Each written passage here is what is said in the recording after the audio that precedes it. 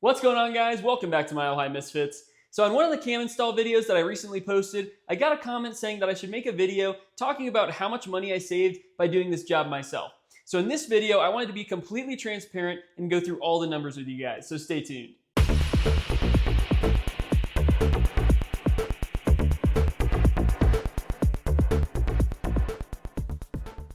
So first things first, we need to evaluate how much money I spent on this build. If you guys remember in my ultimate cam swap video, I went over all the parts and tools that I bought for this build and how much they cost. This will be the first cost that we add into the equation, and this total was $1,882.38.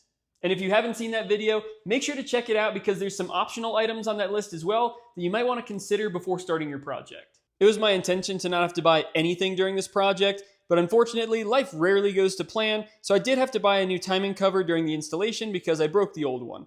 That cost me about $103 at my local auto parts store. If you saw my last video, you know that the plan for the tune is going to change. Originally, I wanted to go to a local tuner to get it dyno tuned, but unfortunately, that tuner is no longer an option. Instead, I'll be buying the HP Tuners hardware, an AFR wideband gauge, and tuning credits so I can get an e-tune done. And realistically, guys, for any tune, you're going to need to get an air-to-fuel ratio gauge, so we're going to leave the cost for this out. Besides that, the cost for the HP Tuners hardware and the credits is about $550, and luckily, I already have a laptop, so I don't need to buy one of those. And on the website for Michigan Motorsports, they charge $275 for emailed tunes, so that's what we're going to use for this build. At this point, we have now added the costs for parts, fluids, equipment, tools, and the tune, and that comes out to $2,810.38. This is the grand total that I've spent on this build to make it come to life. Next, we have to figure out what other people are paying for a similar build at a shop. I went onto Google and searched around and found some comparable builds that people got done at shops and tried to make them as close to my build as possible. And I found 3 very close examples, so we're going to average those together. To do this, we're going to add them all up and divide them by 3. So we're going to do 4,400 plus 4,150 plus 4,900, and that's going to come out to 13,450. Now I'm going to divide that 13,450 by 3 to get $4,483.33. So according to the internet, if you're looking to get a cam install similar to mine with similar supporting mods, you're looking at a total cost of $4,483.33 on average. And this seems to be pretty realistic compared to other quotes that I've seen. So now taking my number and subtracting it from the average, we get $4,483.33 minus $2,810.38, and we find that I saved about $1,672.95 by doing this job myself. We can do a sanity check, and most people online said that on their receipts, the labor was charged at around $1,800 to $2,500. And the reason why our savings is on the lower end of that is because usually if a shop is going to install the parts that they supplied, they'll get a discount on those parts. This means that I'll pay a bit more for parts than a shop will, so that makes sense. One argument that I'll get is, well, what's your time worth? And for a lot of people, it's going to make a lot more sense to just pay the money up front and have the shop build the car.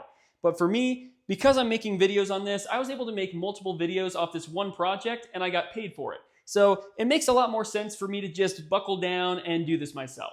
It's always fun looking back on a project and calculating how much money you saved by doing the job yourself. Almost $1,700 is a good chunk of money. So let's think about all the things that I could buy now with that $1,700.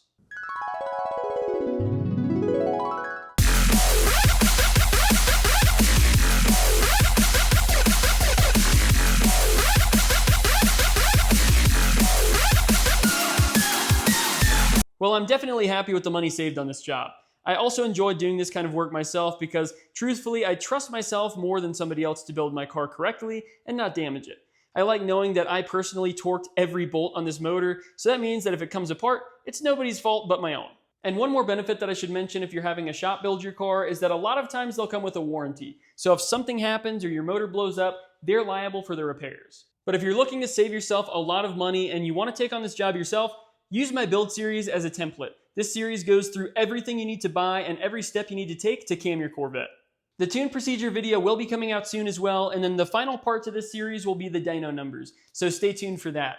It might take a few more weeks than expected to finish up this series just because I'm in the process of moving into a new house, so I don't have as much free time to work on the car. But there you have it, guys. That's how much money I saved by doing the cam install on my C5 Corvette myself. But let me know in the comments below how much money you spent on your cam build, and if you did it yourself or if you had a shop do it. But as always, if you found this video helpful, make sure to like and subscribe to Mile High Misfits for future content. I'll catch you guys next week. Later.